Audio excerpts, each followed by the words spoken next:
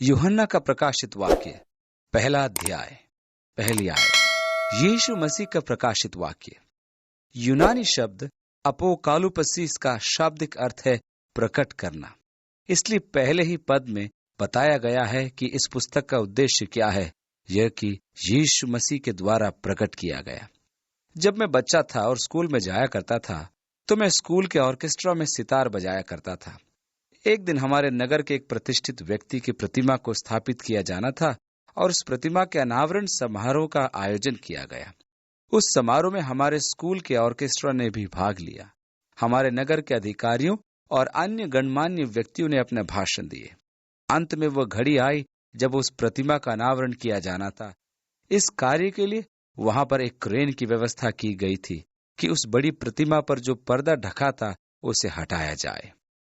जब उन्होंने क्रेन के द्वारा पर्दे को धीरे धीरे हटाना शुरू किया, तब हमने देखा कि उस पर्दे के पीछे हमारे नगर के उस प्रतिष्ठित व्यक्ति की प्रतिमा खड़ी थी। यही अपोकालुपसीस है। उस प्रतिमा से जब पर्दा हटाया गया, तब हम देख पाए कि उस पर्दे के पीछे क्या है। प्रकाशित वाक्य पुस्तक के विषय में लोगों में यह एक आम धारणा पाई जाती है कि इस पुस्तक को कोई बूझ या समझ नहीं सकता, क्योंकि यह मोहरबंद पुस्तक है। यह गलत धारणा है। इसके ठीक विपरीत यह पुस्तक मोहरबंद नहीं है, बल्कि इसमें प्रकट किया गया है। इसमें मोहर को खोला गया है और हमें दिखाया गया है कि भविष्य में क्या होगा। तो इस प्रकार से यह पुस्तक प्रभु यीशु मसीह के द्वारा भविष्य में होने वाली बातों का प्रकाशन, प्रकटीकरण या अनावरण है। और पहली आयत में लिखा है, जो उसे परमेश्वर ने इसलिए दिया कि अपने दासों को वे बातें जिनका शीघ्र होना अवश्य है दिखाए। और उसने अपने स्वर्गदूत को भेजकर उसके द्वारा अपने दास यूहन्ना को बताया।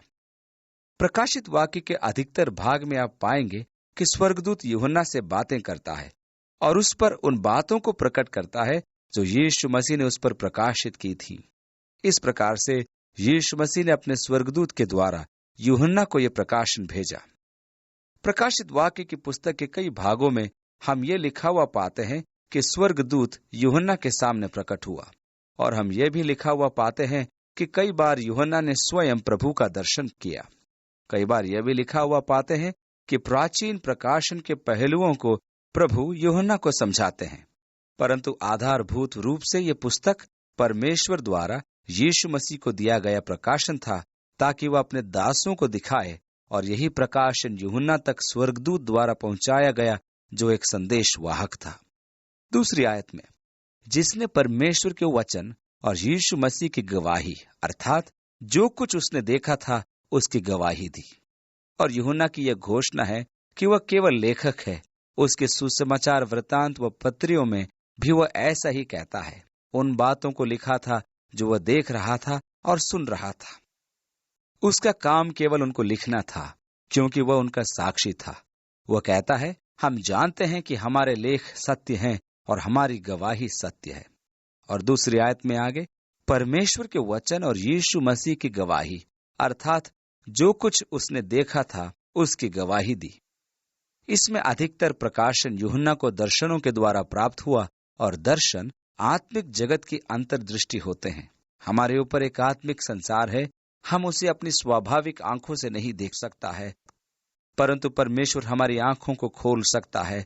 इस जगत को देखने की क्षमता हमें दर्शनों से प्राप्त होती है। ये जगत अनंत है। इस प्रकार दर्शन में आप आत्मिक रीति से भूत, वर्तमान और भविष्य की बातों को देख सकते हैं, क्योंकि अनंत काल समयहीन है। यूहन्ना हमसे थोड़ा आगे है, क्योंकि वह कहता है कि यूहन्ना प्रभु के दिन आत्मा में था, अर्थात उसने उस घटनाओं को देखा जो भविष्य में होने वाली हैं। उसने वे बातें भी देखी जो अभी हुई नहीं थी, क्योंकि समय अभी पहुंचा नहीं था। तीसरी आयत में, धन्य है वे जो इस भविष्यवाणी के वचन को पढ़ता है और वे जो सुनते हैं। इस पुस्तक की व्याख्या करना मेरे लिए सरल है, क्योंकि मुझे पता है कि यद्यपि मैं कुछ महत्वपूर्ण बात न करूं, आप उससे आशीषित जरूर होंगे। हम भविष्यवाणी के इन वचनों को पढ़ेंगे और सुनेंगे, और उसके द्वारा हमें आशीष मिलेगी। आप इससे बचे नहीं रह सकते। ये आपके लिए ही है। आपको ये प्रतिज्ञा प्रभु के द्वारा दी गई है। आपको जो इसे पढ़ते और सुनते हैं, आशीष मिलेगी।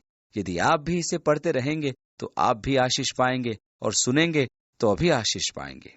न केवल सुनना, परंतु वे जो सुनते हैं, 3री आयत में, और उसमें लिखी हुई बातों को मानते हैं, क्योंकि समय निकट आया है। जहां तक यीशु मसीह के फिर से आने की बात, कलीसिया में सदा ही एक जल्दबाजी का स्वभाव उसके बारे में रहा है। पद 1 में हमें बताया गया कि समय कम है, और यहाँ पद 3 में समय निकट है। ये एक भाव है जो अनंत सत्य है। हमें नहीं मालूम कि कितना समय बाकी है। यदि हम 100 वर्ष जिए तो भी समय कम है। अनंत काल के तुलना में तो ये जीवन काल बहुत ही कम है। अब पद 4 में यूहन्ना का अभिवादन आरंभ होता है। यूहन्ना की ओर से एशिया की 7 कलीसियाओं के नाम। हम जानते हैं कि 7 की संख्या बाइबल में चिन्हात्मक प्रयोग है। ये पूर्णता की संख्या है। इसको सिद्धता की संख्या कहते हैं। यूनानी में जो शब्द सिद्धता के लिए प्रयोग किया गया, उसका अर्थ सिद्धता नहीं है। यूनानी में इसका शाब्दिक अर्थ है पूरी तरह पक कर तैयार हो जाना, समय पूरा हो जाना, संपन्न हो जाना। तो हम कई बातें पाते हैं जिनमें 7 की संख्या पूर्णता को दिखाती है। उदाहरण के लिए, सप्ताह में 7 दिन होते हैं, अर्थात पूर्ण सप्ताह 7 दिन। संगीत में भी 7 सुर होते हैं, सा, रे, ग, म, प, ध और नी, और इन सुरों से मिलकर संगीत बनता है। 7 कलीसियाएं। एशिया में इससे अधिक कलीसियाएं थी। इसमें गलातिया पौलुस द्वारा स्थापित की गई थी। कुलुसियों, जिसको पौलुस ने लिखा, इफिसियों की कलीसिया से दूर नहीं थी। तो 7 कलीसियाएं क्यों? ये संख्या संपूर्ण कलीसिया को दर्शाने के लिए प्रयोग की गई है। और 4थी आयत में आगे, उसकी ओर से जो है और जो था और जो आने वाला है, और उन 7 आत्माओं की ओर से जो उसके सिंहासन के सामने है। पहला तो परमेश्वर का विवरण है, उसकी ओर से जो है, जो था और जो आने वाला है। और यह परमेश्वर के अनंत स्वभाव को बताने का तरीका है। वह है, वह था और वह आने वाला है। परंतु ये सब वह एक साथ है। परमेश्वर के साथ कोई भूत या भविष्य नहीं है। उसके लिए तो सब वर्तमान है, क्योंकि वह अनंत है, यानी मैं हूं। परमेश्वर अनंत में रहता है। मैं जो हूं सो हूं, अनंत वास्तविकता। तो वह परमेश्वर के अनंत चरित्र के स्पष्टीकरण के लिए कि वह है, वह था और वह आने वाला है, ये सब एक साथ हैं और एक समान है। और अब वहां लिखा है 7 आत्माएं जो उसके सिंहासन के सामने हैं। फिर पवित्र आत्मा के पूर्ण कार्य के लिए। फिर ये 7 आत्माओं की संख्या पूर्णता का चिन्ह दिखाता है। 5वीं आयत में, और यीशु की ओर से। अब जब वो यीशु की बात करता है तो उसको कुछ कहना है, जो विश्वास योग्य गवाह है। यूनानी में गवाह का अर्थ मार्तीस होता है, और इसी से अंग्रेजी का मार्टियर शब्द या शहीद शब्द निकला है, अर्थात वह जो अपने विश्वास के लिए प्राण दे देता है। मूल में इसका अर्थ यह है कि वह जिसका विश्वास इतना सशक्त है कि वह उसके लिए अपने प्राण दे सकता है। इसका अर्थ क्या हुआ? इसका अर्थ यह हुआ कि वह परमेश्वर के व्यक्तित्व का निष्ठावान गवाह है। क्या आप जानना चाहते हैं कि परमेश्वर क्या है? आप यीशु मसीह को देख सकते हैं और जान सकते हैं कि परमेश्वर क्या है। किसी ने कभी पिता को नहीं देखा, परंतु इकलौता जो पिता की गोद में था, उसने उसको प्रकट किया और उसको दिखाया। इसलिए जब फिलिपुस ने उससे कहा, प्रभु हमें पिता को दिखा और तब हम संतुष्ट होंगे, तो उसने कहा, क्या मैं इतने समय से तुम्हारे साथ नहीं, और क्या तुमने मुझे नहीं देखा? फिलिपुस, क्या तू नहीं जानता कि जिसने मुझे देखा उसने पिता को देखा है? हमें भी यीशु मसीह के गवाह होने के लिए बुलाया गया है, अर्थात लोग आपको देखें और जाने कि यीशु कैसा है। यह आपके जीवन के लिए परमेश्वर की अभिलाषा और उद्देश्य है।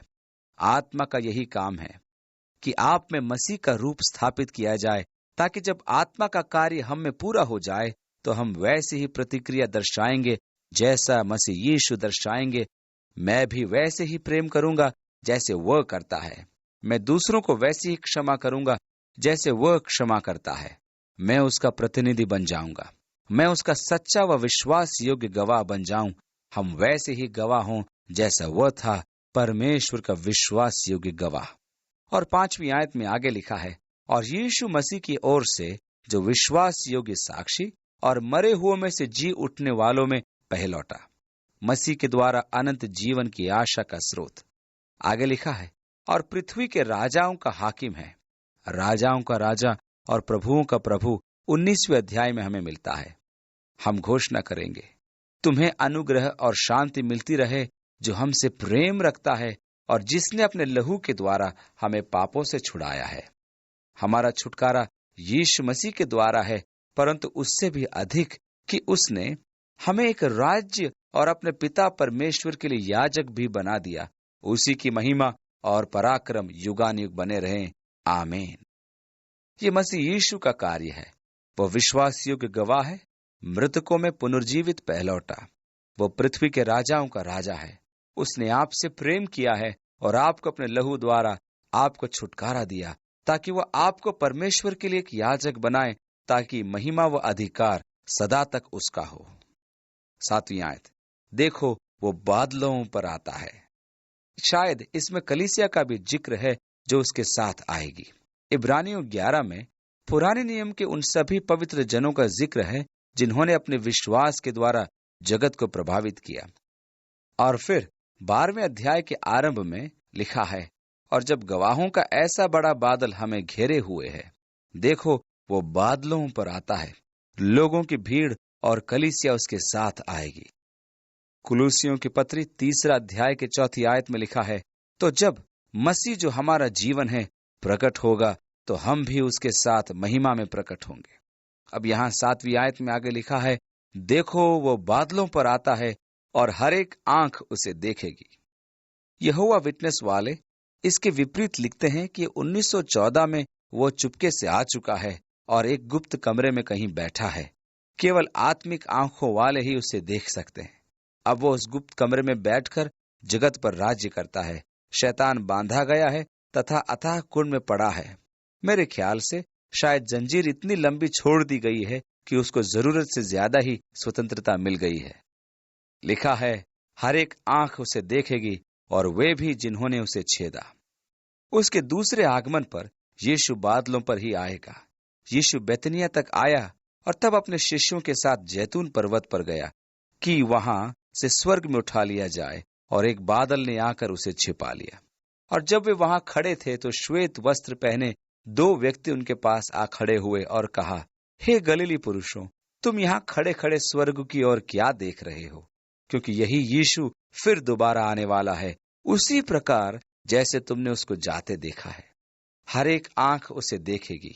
वह आएगा, वो प्रत्यक्ष रूप से आएगा, वह देह में ही आएगा और पृथ्वी पर परमेश्वर के राज्य की स्थापना करेगा।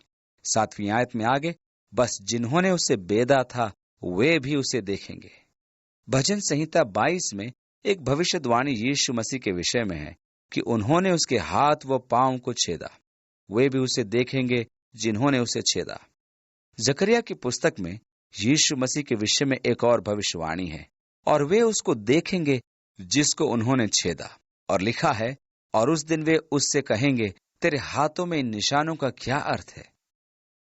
और वे उसको देखेंगे जिसको उन्होंने छेदा। 7वीं आयत में आगे, और पृथ्वी के सारे कुल उसके कारण छाती पीटेंगे, हाँ आमीन।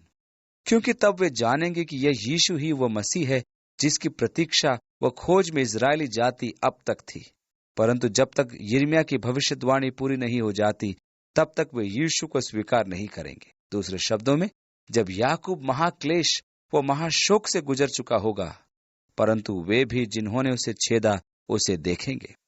अब यीशु सीधा यूहन्ना को संबोधित करता है और ये घोषणा करता है, प्रभु वह जो है और जो था और जो आने वाला है, जो सर्वशक्तिमान है, यह कहता है कि मैं ही परमेश्वर अल्फा और ओमेगा हूं। अब ये यीशु है या परमेश्वर, ये सोचना निरर्थक है। परंतु कुछ क्षण बाद यीशु पद 11 में यूहन्ना से कहता है, अल्फा और ओमेगा मैं ही हूं, प्रथम व अंतिम, और जो तू देखता है उसे पुस्तक में लिख ले। यदि परमेश्वर स्वयं को अल्फा और ओमेगा कहता है और यीशु भी कहता है मैं अल्फा और ओमेगा हूं, आदि और अंत हूं। जब मैं पढ़ता था तो मैंने रेखा गणित सीखी थी। उसमें समान कोणों, समान भुजाओं और समद्विबाहु त्रिभुज के विषय में बताया गया था।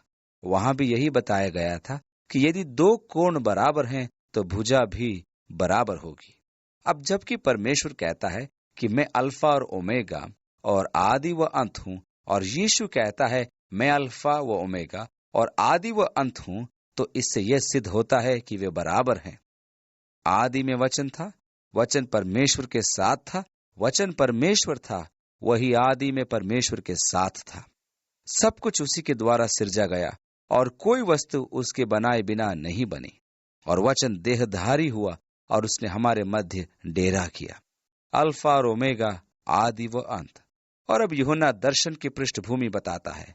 मैं यूहन्ना जो तुम्हारा भाई और यीशु के क्लेश और राज्य और धीरज में तुम्हारा सहभागी हूं, परमेश्वर के वचन और यीशु की गवाही के कारण पतमुस नाम टापू में था। अब तक शेष सभी प्रेरित शहीद हो चुके थे। उन सबों की हत्या रोमी सरकार ने करवा दी थी। यूहन्ना ही एकमात्र ऐसा बचा था जो अब 90 के दशक में चल रहा था। अंदाजा लगाया जाता है कि इसको सन ईस्वी 96 में लिखा गया था। यूहन्ना की आयु लगभग यीशु के बराबर की ही थी। इस प्रकार शायद यूहन्ना 96 वर्ष की आयु का था जब यह पुस्तक लिखी गई थी। वह भूमध्य सागर के उस चट्टानी द्वीप पर था जो इफिसुस के क्षेत्र के आसपास थी। वह परमेश्वर के वचन के कारण वहां था तथा अपने साक्षी के कारण वह पतमुस टापू में नजरबंद रखा गया था। यूसिबुस के कलीसिया के इतिहास पर लिखी गई पुस्तक के अनुसार सभी प्रेरितों की हिंसात्मक मृत्यु हुई थी, और यूहन्ना के संबंध में वह कहता है कि उसको तेल में उबालने का प्रयत्न किया गया था, परंतु वह जैसे तैसे बच गया, इसलिए उसे पतमुस द्वीप पर भेज दिया गया। यूहन्ना को अभी परमेश्वर का कार्य करना था। मानव जाति के लिए अंत में होने वाली बातें उसको लिखनी थी। प्रकाशित वाक्य का लिखा जाना आवश्यक था। यूहन्ना ही वो व्यक्ति था जो इस पुस्तक के लिखने योग्य था। पतमुस द्वीप पर उस बूढ़े यूहन्ना को भविष्य का दर्शन मिला, और प्रभु के दिन मैं आत्मा में था। उसकी व्याख्या के 2 तरीके हैं। एक तो यह कि रविवार को वह आत्मिक रूप से लीन हो गया और दर्शन को पाया। इस यूनानी लेख का दूसरा अर्थ हो सकता है कि प्रभु के दिन के लिए मैं आत्मा में था। मुझे व्यक्तिगत रूप से यह अनुवाद ठीक लगता है। मेरा विश्वास है कि यूहन्ना आत्मा में उठाया गया था। आत्मा में उठाए जाने का अर्थ है लौकिक से अलौकिक में प्रवेश हो जाना। आप समयहीन अनंत में प्रवेश करते हैं। समय तो केवल हमारे ग्रहों से संबंधित है। उसकी अपनी धुरी पर घूमने और सूर्य का चक्कर लगाने के कारण आप समय को गिनते हैं। प्रभु के दिन में मैं आत्मा में था, और अपने पीछे तुरही सा बड़ा शब्द यह कहते सुना। उसने तुरही की आवाज के साथ एक आवाज सुनी जो उससे कह रही थी कि यहां आ जा और मैं तुझे वे बातें दिखाऊंगा जो होने वाली हैं। जो कुछ तू देखता है उसे पुस्तक में लिखकर 7 कलीसियाओं के पास भेज दे, अर्थात इफिसुस और स्मुरना और पिरगामुस और फिलाडेल्फिया और लौदीकिया को भेज। और मैंने उसे जो मुझसे बोल रहा था देखने के लिए अपना मुंह फेरा, और पीछे घूमकर मैंने सोने की 7 दीवटें देखी, और उन दीवटों के बीच में मनुष्य के पुत्र सरीखा एक पुरुष को देखा जो पांव तक का वस्त्र पहने और छाती पर सुनहला पटुका बांधे हुए था। उसके सिर और बाल श्वेत ऊन वरन पाले के से उज्जवल थे, और उसकी आंखें आग की ज्वाला की नाई थी, और उसके पांव उत्तम पीतल के समान थे जो मानो भट्टी में तपाए गए हों, और उसका शब्द बहुत जल के शब्द की नाई था। मेरे लिए यह रुचिकर बात है कि नए नियम में सभी सुसमाचारों के लेखकों ने यीशु मसीह के जीवन के विषय में लिखा है, परंतु किसी ने भी यीशु की देह का वर्णन करने का प्रयत्न नहीं किया। किसी ने नहीं कहा कि उसकी आंखें श्वेत या नीली थी, वह बीच की मांग निकालता था या उसकी दाढ़ी थी। यीशु का कोई ऐसा विवरण नहीं मिलता जो उसके रूप की व्याख्या करता हो। मानव ने कई बार अंदाज से उसकी तस्वीरें बनाई कि यीशु ऐसा लगता होगा, परंतु किसी व्यक्ति की कल्पना उसके वचनों या उसकी वाणी को सुनकर नहीं की जा सकती। एक बड़ी रोचक बात है, जब मैं रेडियो रैली के संबंध में विभिन्न स्थानों का भ्रमण करता था और उन लोगों से जो 7-7 वर्षों से हमारे रेडियो प्रोग्राम सुनते थे अक्सर मिलता था, तो वे मेरे पास आकर मुझसे कहते थे, मैं सोचता था कि आप लंबे कद के घुंघराले बाल वालों एक व्यक्ति होंगे। मेरी आवाज को सुनकर उनके मस्तिष्क में नाना प्रकार की आकृतियां उभर आती थी। यह एक विचित्र बात है कि किसी की वाणी के आधार पर आप उसके रूप और व्यक्तित्व की कल्पना सत्यता से कितनी दूर कर डालते हैं। आपके बच्चे तो टीवी युग में पैदा हुए हैं, परंतु जब हम बच्चे थे तब ऐसा नहीं था। हमारे मनोरंजन का साधन रेडियो था। किसी की आवाज को सुनकर उसके विषय में मन में एक चित्र उभर आता था। अतः आप यीशु के जिन चित्रों को देखते हैं वे केवल कलाकारों की कल्पना है। बाइबल में उसका शारीरिक वर्णन नहीं किया गया। नए नियम में यीशु का सही वर्णन यूहन्ना के सुसमाचार में दिखता है, जो स्वयं यूहन्ना ने किया। वह यीशु को उसके तेजोमय रूप में देखता है, और यह वर्णन उससे मिलता है जो दानियेल ने किया था, बल्कि उससे भी थोड़ा अधिक है। 16वीं आयत में, और वह अपने दाहिने हाथ में 7 तारे लिए हुए था, और उसके मुख से चौखी 2 धारी तलवार निकलती थी, और उसका मुंह ऐसा प्रज्वलित था जैसा सूर्य कड़ी धूप के समय चमकता है। अब बाइबल बताती है कि परमेश्वर का वचन जीवित व सामर्थी है और 2 धारी तलवार से तेज है। सो उसके वचन 2 धारी तलवार के समान है, क्योंकि वे प्राण व आत्मा को छेदते हैं। वे मनुष्य के हृदय के विचारों की परख रखते हैं। और आगे लिखा है, और उसका मुंह ऐसा प्रज्वलित था जैसे सूर्य कड़ी धूप के समय चमकता है। यह तो दोपहर के सूर्य को देखने के समान था। उसके पांव तपाए हुए पीतल के समान थे, उसके बाल हिम के समान सफेद और आंखें आग के अंगारों के समान थीं। कैसा दर्शन! वो अपने दाहिने हाथ में 7 सितारे लिए हुए था। और 17वीं आयत में लिखा है, जब मैंने उसे देखा तो उसके पैरों पर मुर्दा सा गिर पड़ा, और उसने मुझ पर अपना दाहिना हाथ रखकर यह कहा कि मत डर, मैं प्रथम और अंतिम और जीवता हूं। मैं मर गया था और अब देख, मैं युगानुयुग जीवता हूं, और मृत्यु और अधोलोक की कुंजियां मेरे ही पास है। मृत्यु के बाद यीशु अधोलोक में गया था। प्रेरितों के काम के 2 अध्याय में पतरस ने पेंतिकुस्त के दिन लोगों से कहा था कि यीशु नाम का एक मनुष्य था, जिसका परमेश्वर की ओर से होने का प्रमाण उन सामर्थ्य के कामों और आश्चर्य के कामों और चिन्हों से प्रकट है, जो परमेश्वर ने तुम्हारे बीच उसके द्वारा कर दिखाए, जिसे तुम आप ही जानते हो। और उसी को परमेश्वर की इस होनहार के ज्ञान के अनुसार पकड़वाया गया, तो तुमने अधर्मियों के हाथ उसे क्रूस पर चढ़वा कर मार डाला। परंतु उसी को परमेश्वर ने मृत्यु के बंधनों से छुड़ाकर जिलाया, क्योंकि यह अनहोना था कि वह उसके वश में रहता। क्योंकि भजन संहिता में पवित्र वचन में कहा गया कि तू मेरे प्राण को नरक में न छोड़ेगा और न पवित्र जन को सड़ने देगा। तो यीशु अधोलोक में उतरा और उन बंदी आत्मा में प्रचार किया जिनको जी उठना था, और जब वह स्वर्ग में गया तो उन बंदी आत्माओं को बंधुआई से स्वतंत्र कराया, क्योंकि मृत्यु व नरक की कुंजियां उसके पास थीं, और उसने मृत्यु व अधोलोक पर जय पाई। बहुत से लोग दावा करते हैं कि वे मृतकों से जी उठेंगे। हुदीनी नाम का एक ऐसा ही व्यक्ति था जो दावा करता था कि वह मृतकों में से जी उठेगा। उसके पार्थिव शरीर के पास एक फोन भी रख दिया गया था कि उसका आत्मा उसे फोन करेगा, परंतु आखिरकार फोन काट दिया गया, क्योंकि वह मृत्यु से निकल कर नहीं आया। यीशु के पास मृत्यु व नरक की कुंजियां हैं, और यही यीशु परमेश्वर द्वारा मृतकों में से जिलाया गया। यह हो ही नहीं सकता था कि मृत्यु उसे रोके। यीशु के विषय में यशायाह की भविष्यवाणी थी कि वह बंदियों को स्वतंत्र कराएगा और बंदी गृह के द्वार खोल देगा। उसने ऐसा किया। वे जो मृत्यु के बंधन में थे, उनके लिए उसने द्वार खोला और बंधुओं को स्वतंत्र कराया। पद 19 में यूहन्ना आपको एक आदर्श प्रदान करता है। इस पुस्तक को समझना इस पुस्तक की इस कुंजी को प्रयोग करने पर निर्भर है। इस आयत के अनुसार प्रकाशित वाक्य के 3 भाग हैं। पहला, जो बातें तूने देखी उनको लिख ले, ये बीते समय की बातें हैं। दूसरा, जो बातें हैं ये वर्तमान की बातें हैं। और तीसरा, वे बातें इसके बाद जो होने वाली हैं। शब्द इसके बाद यूनानी शब्द मेटा अवतास का अनुवाद है, जिसका शाब्दिक अर्थ है इन बातों के पार। तो यूहन्ना जो देख रहा है उसे लिख रहा है, और अध्याय 2 और 3 में वो उन बातों को लिखता है जो वर्तमान युग में है। और अब 4थे अध्याय का आरंभ करता है तो वो उन बातों को लिखना आरंभ करता है जो कलीसिया के बाद होने वाली हैं, जो बाद में होंगी। अतः यह बहुत महत्वपूर्ण है, आपको उन पर ध्यान देना होगा। 4थे अध्याय के आरंभ में यूनानी शब्द मेटा अवतास आया है।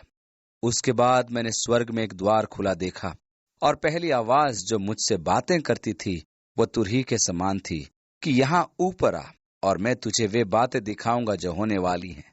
फिर यूनानी शब्द मेटा अवतास को दोहराया गया है इन बातों के बाद, और तब आप पुस्तक के तीसरे भाग में प्रवेश करते हैं। जब आप चौथे अध्याय पर आते हैं, तब आप पुस्तक में दी गई भविष्य की घटनाओं पर जाते हैं। इस समय हम अध्याय 2 और 3 के भविष्यवाणियों के युग में हैं, अर्थात जो बातें हैं। इसमें कलीसिया का अस्तित्व, कलीसिया की साक्षी और कलीसिया के विषय में मसीह की साक्षी है, जो और भी अधिक महत्वपूर्ण है। इस प्रकार पुस्तक के 3 भाग हैं। इसको समझना अति आवश्यक है। यदि आप इसे नहीं समझेंगे तो उलझन में बने रहेंगे और भविष्य का बिगड़ा हुआ रूप आप पाएंगे।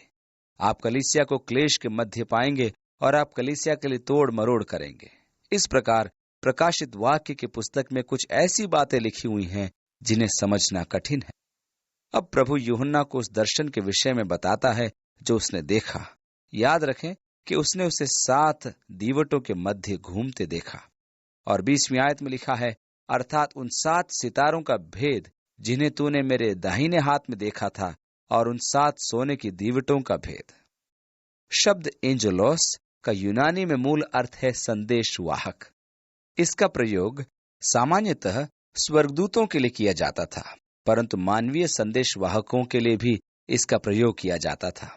वह एक संदेशवाहक दूत हो सकता है। इस प्रयोग द्वारा इस शब्द का अर्थ ईश्वरीय दूत या स्वर्गीय प्राणी बन गया है। 20वीं आयत में लिखा है, वे 7 सितारे मानो कलीसियाओं के दूत हैं, और वे 7 दीवट 7 कलीसियाएं हैं। तो 7 कलीसियाएं पूर्ण कलीसिया हैं, और वे जो कलीसियाई सेवकाई में हैं। ये मेरे लिए सदा शांतिदायक होता है और रोमांचक भी कि मैं 7 तारों का स्थान जानूं, वे जो उसके दाहिने हाथ में थे। और ये कितना सुंदर व शांतिदायक होगा कि कलीसिया के दूत के रूप में आपका जीवन प्रभु के दाहिने हाथ में हो। इससे अधिक रोमांचक व तसल्ली देने वाली बात नहीं हो सकती।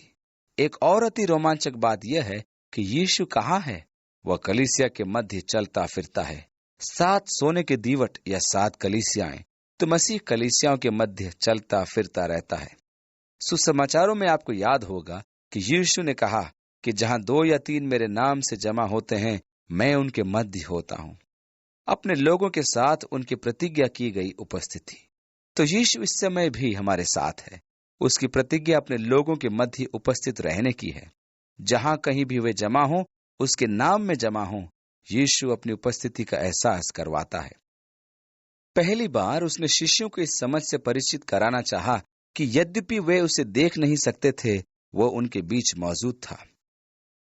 अपने पुनरुत्थान के बाद वो दिखाई दिया और ओझल हो गया, और फिर वो अचानक उनके मध्य होगा और फिर चला जाएगा। 2 शिष्य एमाउस के मार्ग पर जा रहे थे, और अचानक से यीशु मार्ग में उनके साथ हो लिया। जब वे एमाउस पहुंचे तो लगा कि वह आगे जाएगा, और उन्होंने कहा, देर हो गई है, हमारे साथ भोजन कर। और जब उसने रोटी तोड़ी तो उनकी आंखें खुल गई और उन्होंने यीशु को पहचाना। शायद उन्होंने उसके हाथों में निशान देखे, और अचानक यीशु गायब हो गया, और उन्होंने कहा, अरे ये तो यीशु था। और वे वापस यरूशलेम गए और चेलों को बताया कि हमने जीवित प्रभु को देखा है। वो पतरस व मरियम को भी दिखाई दिया। थोमा ने कहा, मुझे कहानी मत सुनाओ, मैं तो तब तक विश्वास नहीं कर सकता जब तक कि अपनी उंगली उसके हाथों में न डाल दूं और अपनी हाथ उसकी पसली में न डाल दूं। मुझे इन कहानियों का कुछ प्रमाण चाहिए। तो जब चेले जमा थे और थोमा उनके साथ था, तो यीशु प्रकट हुआ और कहा, थोमा, चल अपनी अंगुली से मुझे छू और देख, मैं ही हूं। 1 मिनट ठहरिए। उसको कैसे मालूम कि थोमा ने क्या कहा? जब थोमा अपना शक जाहिर कर रहा था तो वो वहां खड़ा होगा। थोमा उसे नहीं देख पाया था, परंतु वह उन पर यह सत्य प्रकट करना चाहता था कि यद्यपि वे उसे नहीं देखते थे, वो वहां था। तूफानी सागर पर 14 दिन रहने के बाद पौलुस उठा, और जब सब जीने की आशा समाप्त हो चुकी थी, तब उसने कहा, लोगों, चिंता मत करो। हर कोई समुद्र से थका हुआ था और उनके विचार से मृत्यु निकट थी, और वह कह रहा है, चिंता मत करो। कल रात प्रभु मेरे पास खड़ा था। प्रभु उसके पास खड़ा था। प्रभु अभी भी आपके साथ है। प्रभु की उपस्थिति हमारे मध्य है। उसने कहा, जहां 2 या 3 मेरे नाम पर इकट्ठा होते हैं, मैं उनके मध्य होऊंगा। कई बार हमारी इच्छा होती है कि हम भी गलील के झील पर होते। लगभग 2000 वर्ष पूर्व हम कफरनहूम, बेतसैदा या उनमें से किसी नगर में होते जहां यीशु घूमते हुए आया और हम उसको स्वयं देखते। कितना रोमांचकारी होता उन दिनों में जीना और समुद्री तट पर उसके पीछे पीछे चलना और उसकी शिक्षा सुनना। काश मैं भी वहां होता, काश मैं उसे देख पाता और मैं जानता कि वह हाथ बढ़ाकर मुझे छूता और मुझे वह कैसे चंगा करता। मार्था के समान, जिसे प्रभु उसके भाई के मरने के 4 दिन बाद दिखाई दिया, उसने कहा, प्रभु यदि तू यहां होता तो मेरा भाई न मरता। यूहन्ना 11:21 के अंदर। अरे वो तो यहां है, वह अभी आपको छुएगा, वह आपकी आवश्यकताओं की पूर्ति करेगा। जब कभी कलीसिया उसके नाम में जमा होती है तो उनके मध्य उपस्थित रहने की उसने प्रतिज्ञा दी है और वह सदा अपने लोगों की सहायता को तैयार रहता है। उसका इस समय यहां होने का यही उद्देश्य है कि आपको स्पर्श करे और आपके जीवन की आवश्यकताओं को पूरा करे। उसने कहा, देखो मैं सदा तुम्हारे साथ हूं दुनिया के अंत तक। अब हम इन कलीसियाओं के लिए यीशु के संदेशों पर आते हैं। प्रत्येक संदेश का एक विशेष विन्यास है। यीशु संदेश में प्रत्येक कलीसिया को उसके नाम से संबोधित करता है और फिर अपना विवरण देता है। ये विवरण संदेश में अंतर्निहित है और अध्याय 1 से लिए गए हैं। यीशु सबके लिए सब कुछ बना है। आपकी आवश्यकता चाहे कैसी भी क्यों ना हो, वह सबके लिए सब कुछ बना। जबकि परमेश्वर का नाम यहोवा है, जिसका अर्थ है कि मैं जो हूं वह हूं। जहां परमेश्वर ने स्वयं को उस प्रकार बनाया जो आपकी आवश्यकता अनुसार कार्य करता है। इस शब्द यहोवा का प्रयोग दूसरे शब्दों के साथ जुड़कर प्रयोग होता है। जैसे यहोवा चंगा करने वाला बन जाता है, वह आपका प्रबंध करने वाला यहोवा यीरे बन जाता है, वह आपकी धार्मिकता बन जाता है, वह आपका उद्धारकर्ता बन जाता है। इसी प्रकार यीशु अपने विवरण में विभिन्न प्रयोजन दर्शाता है, फिर कलीसिया को लिखता है। वह उस रूप को लेता है जो आपकी आवश्यकता अनुसार है। वह सब बन जाता है जिसकी आपको जरूरत था। प्रत्येक कलीसिया में यह माना गया है कि मुझे ज्ञात है कि तुम किस स्थिति से गुजर रहे हो। मुझे तुम्हारी दशा का ज्ञान है। मुझे ज्ञात है कि क्या हो रहा है। 5 कलीसियाओं को पश्चाताप करने को कहा गया। याद रखें, कलीसिया 100 वर्ष पुरानी भी नहीं थी। कई बार यह कहा जाता है कि कलीसिया के आरंभिक पितरों ने यह किया था, वह किया था, परंतु सत्य तो यह है कि कलीसिया के प्रथम शताब्दी में ही यह प्रदूषण आ गया था। आपके पास प्रसिद्ध मूल कलीसियाई पितर हैं और दूसरे भी जो बच्चों के बपतिस्मे को बढ़ा रहे हैं, तथा कुछ और ऐसी बातें जो अन्य जातियों से ली गई है। आपने आरंभिक याजक पद का विकास देखा होगा कि यूहन्ना की मृत्यु से भी पहले से यह पिरगमून व थुआतीरा में थी। तो आप आरंभिक कलीसिया को आदर्श रूप में नहीं देख सकते। परमेश्वर के नमूने के लिए आपको प्रेरितों के काम को देखना पड़ेगा। यह नमूना बड़ा सरल था। लोग यीशु मसीह के साथ एक जीवित संबंध में आते थे। वे कोई काल्पनिक संस्थाएं नहीं थी, नहीं बड़े निर्माण या सेमिनारी, केवल साधारण विश्वास व प्रभु में विश्वासी जन। प्रत्येक कलीसिया में एक समूह है जो विजयी है, जो जयवंत है और प्रभु उनको मान्यता देता है। और जो जयवंत होते हैं उनके लिए विशेष प्रतिज्ञाएं हैं, और ऐसे लोग सभी कलीसियाओं में हैं। तो कलीसियाई तंत्र कितने भी भ्रष्ट क्यों न हो, प्रभु के सच्चे गवाह कलीसिया में पाए जाते हैं। प्रत्येक कलीसिया को यीशु की पुकार पर ध्यान देना आवश्यक है। जिसके सुनने के कान हो वो सुने कि आत्मा कलीसिया से क्या कहता है। तो प्रभु से हमें 7 बार आज्ञा मिलेगी कि हम सुने कि आत्मा कलीसिया में क्या कहता है। तो आइए, जब हम इस गंभीर क्षेत्र में प्रवेश करते हैं तो परमेश्वर काश अपने पवित्र आत्मा के द्वारा हमें सुनने के कान दे कि वह कलीसिया से क्या कहना चाहता है, क्योंकि वह हमसे कहना चाहता है कि जिनसे वह प्रेम करता है उन्हें ताड़ना भी देता है। हम अपना पक्ष न लें, अपनी स्थिति को सही न ठहराएं, परंतु अपने कानों को तैयार करें कि सुने आत्मा हमसे व अपनी कलीसिया से क्या कहता है।